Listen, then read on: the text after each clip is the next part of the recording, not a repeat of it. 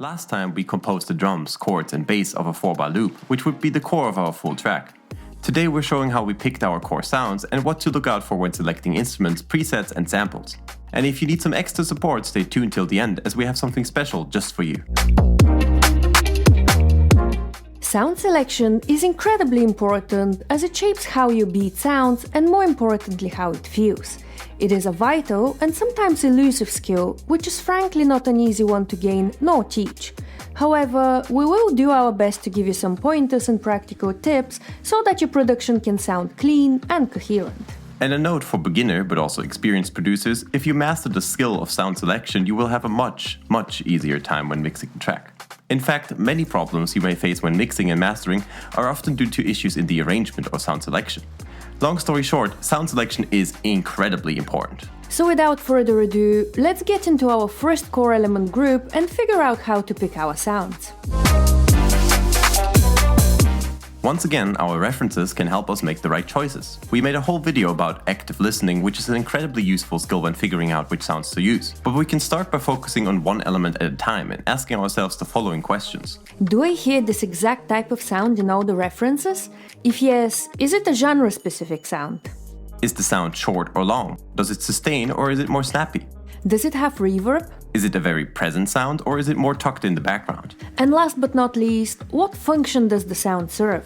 While we would focus on the core elements today, drums, bass, chords, something to also keep in mind is the song's concept. This won't apply to every single element. However, at times you can choose sounds which support your concept. When making our track, we were imagining a pleasant summer day at the beach, and you would notice how some of the sounds we picked support that. With more experience, you would also be able to sort these sounds into different genre categories, which would make finding them a lot easier.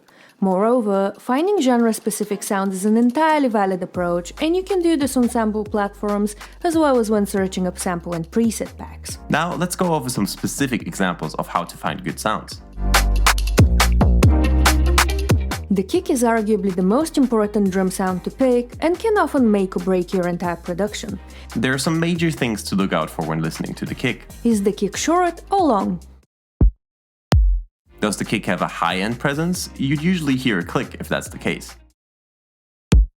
Does the kick have a lot of sub-frequencies? If that's the case, the kick would feel a bit more boomy or thumpy. It is also important to note that you don't need to find this exact kick. We're just trying to find something similar here in order to make our lives easier. Additionally, you should keep in mind the bass when picking the kick, and we recommend specifically looking at references that have a similar bass sound to yours. For example, in our case we're utilizing an 808, and we're combining it with a relatively short kick. This almost creates the illusion of the kick and 808 being just one cohesive element, but more on bass sounds later. Next, let's take a look at the snare. Though we call it a snare generally, this element could also be a clap, snap, or other, subject to genre and of course particular vision.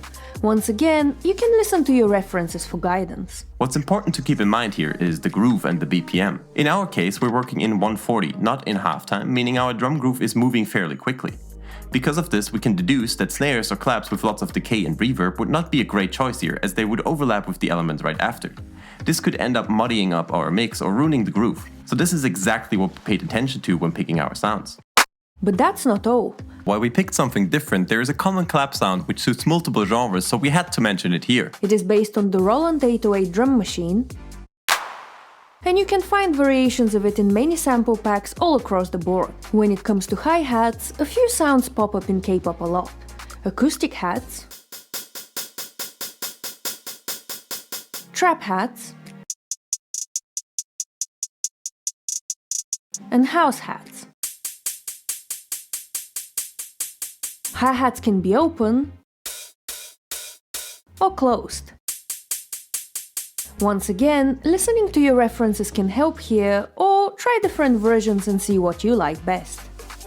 For the percussion, you have a lot more freedom of choice, and it's not uncommon to have sounds from different genres make an appearance here. You may even hear strangely processed and effect-heavy unique sounds, which can add a distinct flair to your production. Indeed, this is a great element to choose in accordance with your song concept.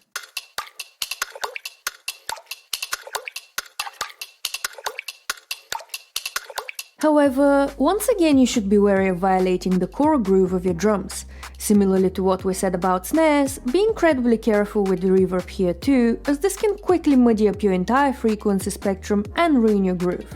For a start, maybe stay away from reverb entirely. And the final one we would mention really quickly, a cymbal or a crash. We would explain why and where to use it next time, but for now just know they exist and are great for managing the energy flow of a beat.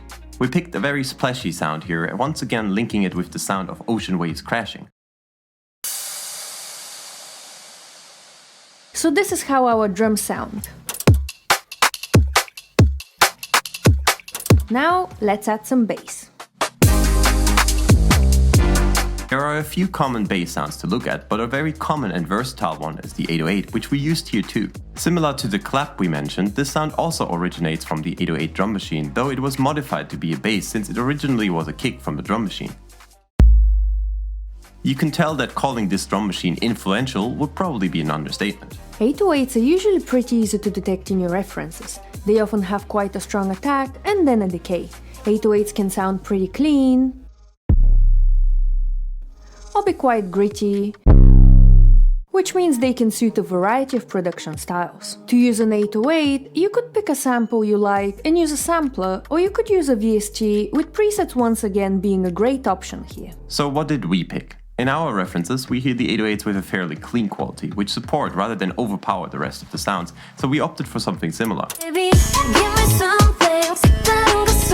We also added some light processing utilizing saturation to ensure the bass is audible across different listening systems, while at the same time still keeping it fairly balanced, unlike in trap bass genres where you may want it to be more upfront.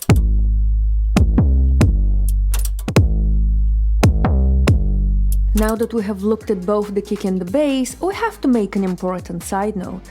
Earlier we said we want to create the illusion of the kick and the bass being glued together. In our track, we're enhancing this illusion by utilizing a technique called sidechaining. As you can see, we're automating the volume of the 808 to duck out when the kick is hitting.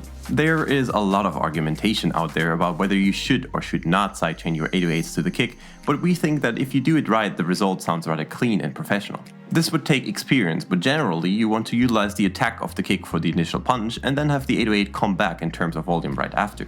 However, if you find yourself not hearing any difference, or even making things worse, we recommend you to stay away from it at the start. And if you're not sure, you can always ask us and our community members on Discord. Listening to our references again, and yes, we're really trying to drill this point as it is vital, we can tell that we want something smooth, somewhat subdued, yet still warm. We want something that would envelope us, but also something with an attack. Don't worry if this is getting confusing. Let's take the chords we came up with last time and then explore a few different sounds and then decide if they're close to what we want or not. The piano is an absolute classic.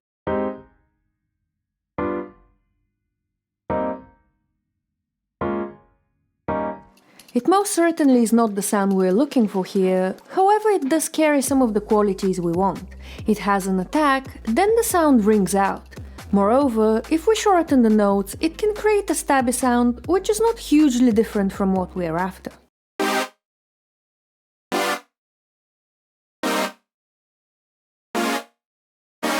These chords are called supersaws and feature in a lot of K-pop songs. They're a bit too intense for what we want, especially in the verse. However, they do have a rich sound which we would love to have a bit in our chords. But what can we learn more here?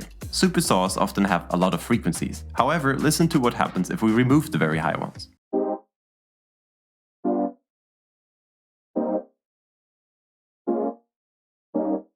The sound we have now is much less overpowering, so when selecting our sound, we can look for something with a similar frequency range.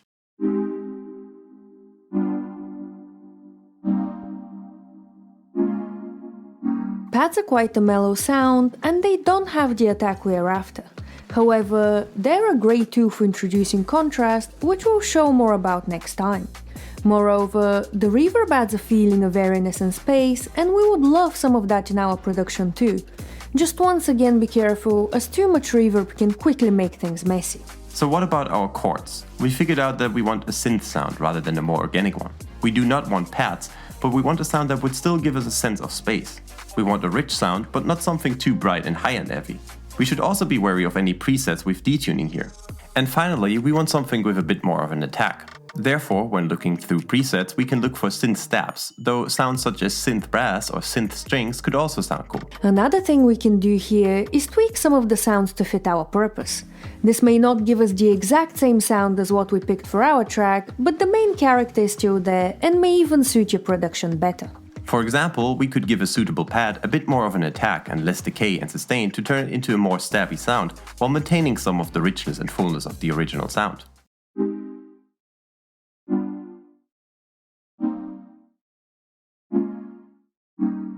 Or, as we already showed you, we could play short notes with supersaws and adjust the filter to be more extreme, cutting out the high frequencies, and then connect it with an LFO to slightly open up when playing, leaving us with a much more subdued sound.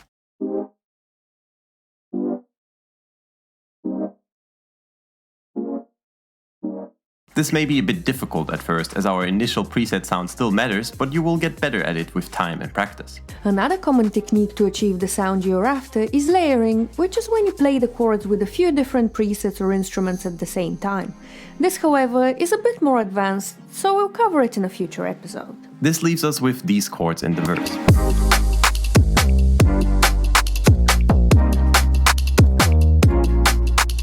But as you can tell, in the chorus we have a lot more going on.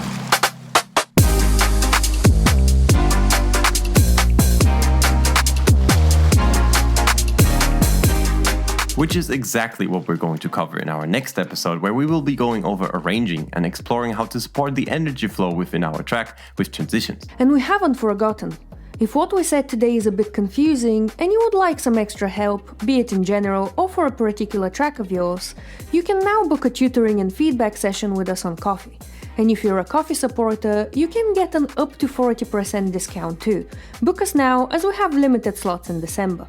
Huge thanks to our incredible Ko-fi supporters, and if you would like to join them or simply be part of our free Discord community, the links are down below.